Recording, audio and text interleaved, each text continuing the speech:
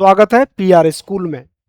हम लोग क्लास 6 के एनसीईआरटी मैथमेटिक्स के चैप्टर 2 का स्टडी आज स्टार्ट कर रहे हैं और आज हमारा टॉपिक है रेखाएं और कोण। तो आज इसका एक पार्ट करेंगे, नेक्स्ट पार्ट अगली क्लास में करेंगे। शुरू करते हैं आज की क्लास। रेखाएं और कोण। इस अध्याय में हम ज्यामिति की कुछ अवधारणाओं को जानेंगे। इनमें बिंदु, रेखाएं, किरण, रेखाखंड और कोण सम्मिलित हैं। ये विचार समतल ज्यामिति के मूलभूत अंग हैं और ज्यामिति के अधिक उन्नत विषयों जैसे विभिन्न आकृतियों की रचनाओं और उनके विश्लेषण को समझाने में सहायक होंगे। यहां पर एक शब्द आया है, समतल ज्यामिति। समतल ज्यामिति किसे कहा जाता है? तो देखिए, हम दो प्रकार से चीजों का अध्ययन करते हैं। एक जिसको कहा जाता है 2D और एक जिसको कहा जाता है 3D। 2D का अर्थ है टू डायमेंशनल, टू डायमेंशनल, द्विविमीय, अर्थात जिसमें दो दिशाएं हों। जैसे कि हमारा ये जो पेपर दिखाई दे रहा है, इसमें दो दिशाएं हैं।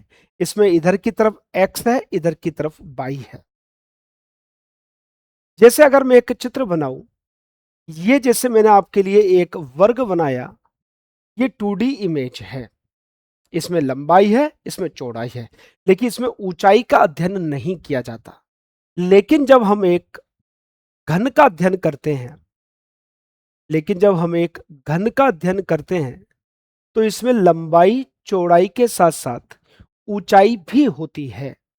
तो ये आपका कहलाता है त्रिविमीय या 3D। अगर हम 2D की बात करते हैं जिसमें सिर्फ दो दिशाएं होती हैं, उसको समतल ज्यामिति कहा जाता है। अर्थात जो आकृति एक समतल में बन सकती हो, उस ज्यामिति को समतल ज्यामिति कहा जाता है। तो हम लोग यहां पर समतल ज्यामिति का ही अध्ययन कर रहे हैं। बात करते हैं बिंदु की। बिंदु क्या होता है? जैसे आप अपनी पेंसिल से किसी एक बिंदु पर, किसी एक कागज पर एक पॉइंट बना दीजिए, यह पॉइंट बिंदु कहलाता है। तो कागज पर एक पेंसिल के नुकीले सिरे से एक बिंदु अंकित कीजिए, डॉट, जिसको हम लोग कहते हैं डॉट। सिरा जितना नुकीला होगा, बिंदु उतना ही सूक्ष्म होगा। यह सूक्ष्म चिन्ह आपको एक बिंदु की अवधारणा से अवगत कराएगा। एक बिंदु एक सटीक स्थान निर्धारित करता है, लेकिन इसकी कोई लंबाई, चौड़ाई या ऊंचाई नहीं होती। अब यहां पर परिभाषा निकलती है कि बिंदु किसे कहा जाता है। बिंदु किसी स्थान का सटीक निर्धारण करता है और इसकी कोई लंबाई, चौड़ाई तथा ऊंचाई नहीं होती। यानी कि बिंदु क्या है? बिंदु किसी स्थान को चिन्हित करने का एक तरीका है और इसकी कोई लंबाई, चौड़ाई या ऊंचाई नहीं होती। यदि आप कागज पर तीन बिंदु अंकित करते हैं, तो मान लीजिए P, T और Z, हमने तीन बिंदु अंकित कर दिए, 1 2 3। ठीक है, तो ये बिंदु कहलाता है। अब आती है रेखा और रेखाखंड। रेखा किसे कहा जाता है और रेखाखंड किसे कहा जाता है? तो सबसे पहले रेखा को समझते हैं कि रेखा किसे कहा जाता है, उसके बाद रेखाखंड को समझेंगे। कल्पना कीजिए ए से बी तक के रेखाखंड। ए को एक दिशा में, चलिए इन्होंने थोड़ा सा अच्छी तरह नहीं समझाया है, मैं आपको समझाने का प्रयास कर। आप अपनी कॉपी पर अपनी पेंसिल से एक लाइन, और पेंसिल और प्रकार की हेल्प से एक लाइन बना लीजिए लंबी सी। ये जो लाइन बनी है, ये अगर कोई पूछे कि रेखा क्या है, तो रेखा अनंत लंबाई तक हो सकती है। ये लंबाई कितनी भी हो सकती है, ये लंबाई भी इधर कितनी हो सकती है। तो हम इसको कितना भी आगे बढ़ाने के लिए दोनों तरफ एक तीर का निशान लगा देते। दोनों तरफ क्या करते हैं? एक तीर का निशान लगा देते। इस तीर के निशान का अर्थ है कि ये वाली लाइन इधर अनंत तक बढ़ रही है, ये वाली लाइन इस सिरा को इधर अंत तक बढ़, यानी कि एक ऐसी रेखा जिसकी कोई सीमा ना हो, रेखा कहलाती है। जो अनंत लंबाई की हो, और जिसके दोनों सिरों पर तीर लगा हुआ हो और तीर यह प्रदर्शित कर रहा हो कि इस रेखा की लंबाई अनंत है, तो इसको रेखा कहा जाता है। इसको क्या कहा जाता है? रेखा कहा जाता है। अब कहा गया रेखा खंड, यानी कि रेखा का एक खंड, रेखा का एक टुकड़ा। तो हम इस रेखा में एक बिंदु ये ले लेते हैं, एक बिंदु ये ले लेते हैं, ए और बी, और ए बी के बीच में जो लंबाई है ये रेखा खंड कहलाता है। ये क्या कहलाता है? रेखा खंड कहलाता है। इसका अंतिम सिरा होगा, क्योंकि कहीं ना कहीं से शुरुआत होगी और कहीं ना कहीं पर अंत होगा, इसलिए इसके दोनों सिरे होंगे और रेखा में सिरे नहीं होंगे, क्योंकि वो अनंत की ओर प्रदर्शित करेगा। तो एक डायग्राम से आपको समझाते हैं कि रेखा और रेखाखंड। रेखा क्या है? रेखा की कोई प्रारंभिक बिंदु नहीं होता और ना ही कोई अंतिम बिंदु होता है। इधर भी अनंत और इधर भी अनंत, ना तो कोई प्रारंभिक बिंदु होता है और ना ही कोई अंतिम बिंदु होता है। रेखा दोनों दिशाओं में अनंत तक फैली होती है, कितनी भी दूरी तक। इसे किसी एक नाम से नहीं दर्शाया जाता। जैसे इन्होंने एक उदाहरण दिया है कि भाई ये अनंत तक जा रही है, रेखा दोनों दिशाओं में अनंत तक जाती। और रेखाखंड की बात कर लें तो रेखाखंड एक निश्चित प्रारंभिक बिंदु और एक निश्चित अंतिम बिंदु के बीच में होता है। इसका प्रारंभ भी होता है, उसका अंत भी होता है।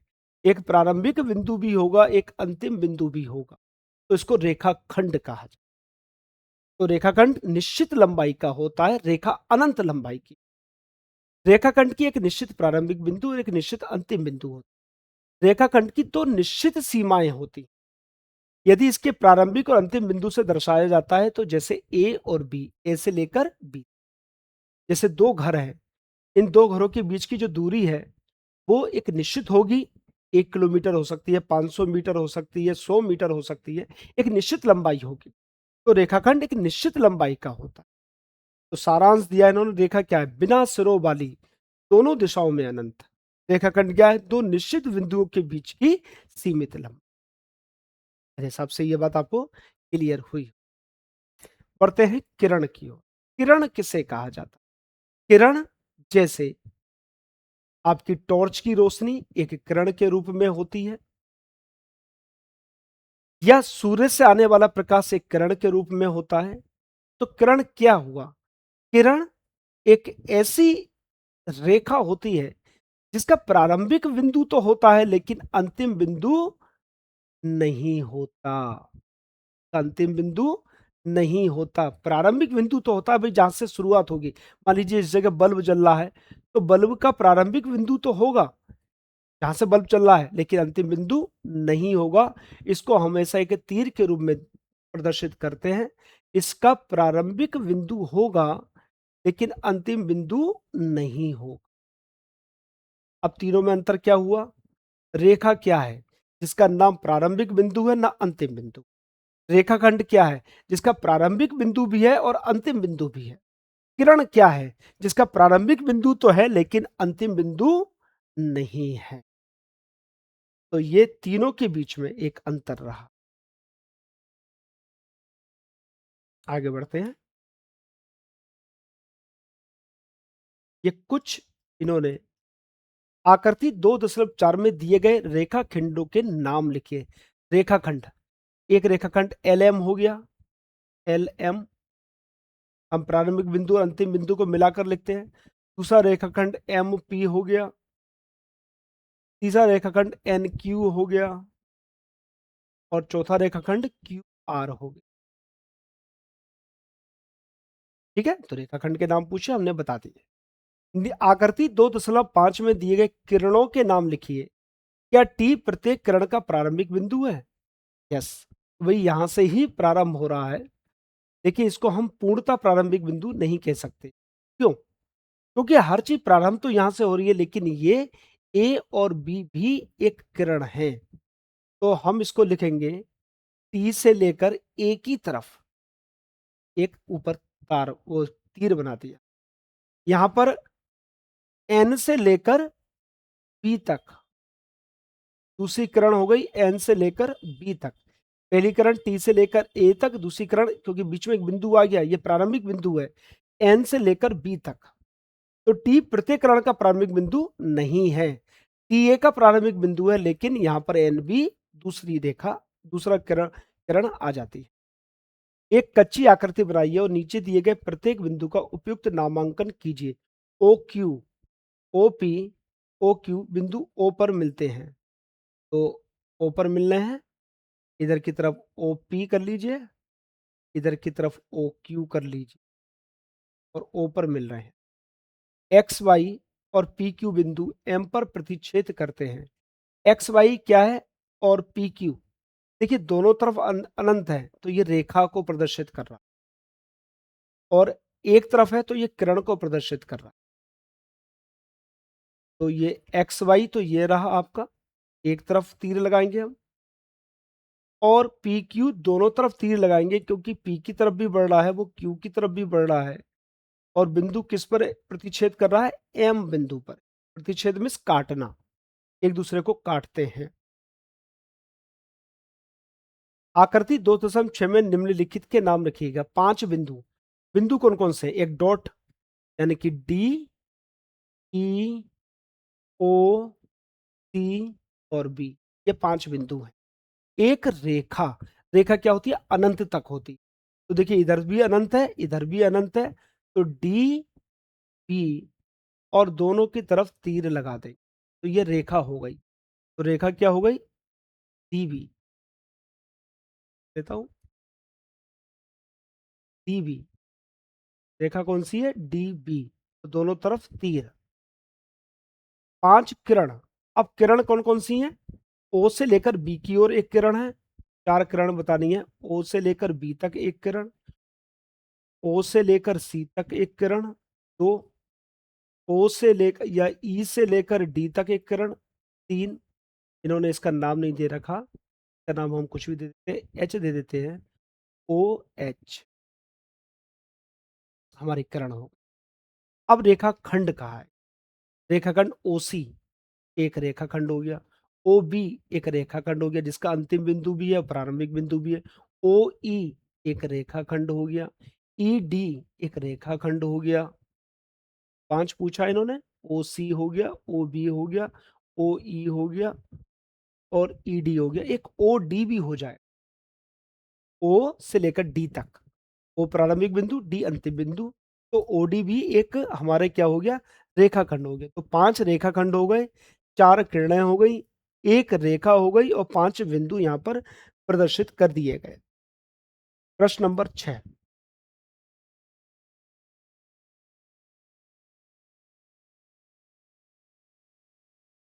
आकृति 2.7 में ओ ए एक किरण है, ओ ए एक किरण, ठीक है, ये ओ से शुरू होती है, बिंदु ए से गुजरती है, ये बिंदु बी से भी गुजरती है। क्या इसे हम ओ बी भी नाम दे सकते हैं, बिल्कुल दे सकते हैं, ओ बी भी नाम दे सकते हैं। देखिए हमेशा जो अंतिम होता है उसको नाम दिया जाता है, यानी कि ओ ए ही नाम दिया जाएगा। ओ और बी एक रेखाखंड है, ओ बी एक रेखाखंड है, इसलिए इसको कर्ण का नाम नहीं दिया जा सकता। ओ ए एक किरण है, क्योंकि उसके बाद फिर अनंत है। किरण क्या था कि जिसका प्रारंभिक बिंदु तो होगा लेकिन अंतिम बिंदु नहीं होगा, और यहां पर बी पर अंतिम बिंदु मिल रहा है, इसलिए ओ भी एक रेखाखंड है, और ए के बाद कुछ नहीं है, अनंत तक है, इसलिए ओ ए एक किरण है, इसको ओ बी के रूप में प्रदर्शित नहीं कर सकते। क्या हम ओ ए को ए ओ लिख सकते हैं, नहीं लिख सकते। देखिए ओ ए और ए ओ में अंतर क्या है मैं बताऊं। ओ ए का मतलब ओ से प्रारंभ होगा और ए की तरफ अनंत की ओर जाएगा, और अगर हम इसको ए ओ लिख लेंगे तो उसका मतलब है ए से प्रारंभ होगा और ओ की ओर अनंत की ओर जाएगा, तो हम इसको नहीं लिख सकते, नहीं लिख सकते। क्यों नहीं लिख सकते, अगर कोई पूछे तो हम इसका जवाब किस तरह देंगे, हम इसका जवाब देंगे कि ओ ए, ओ ए का का अर्थ है ओ प्रारंभिक बिंदु है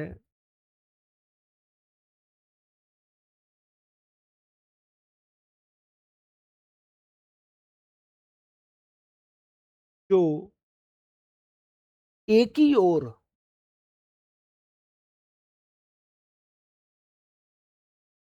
किरण बना रहा है।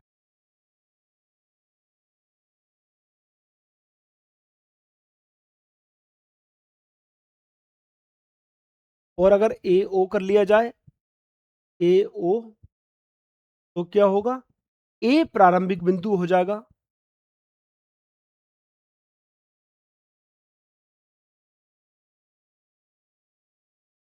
और किरण किधर की तरफ बनेगी? ओ की तरफ, ओ की ओर किरण। तो ये नहीं हो सकता क्योंकि ये चित्र में ऐसा नहीं है, इसलिए हम उसको इस तरह प्रदर्शित नहीं कर सकते। तो आज हमने बिंदु पढ़ा, हमने रेखा पढ़ी, हमने रेखाखंड पढ़ी, हमने किरण पढ़ा। अगली क्लास में हम लोग कोण का अध्ययन करेंगे और देखेंगे कि कोण के बारे में क्या क्या बातें बन सकती हैं। मिलते हैं अगली क्लास में। धन्यवाद।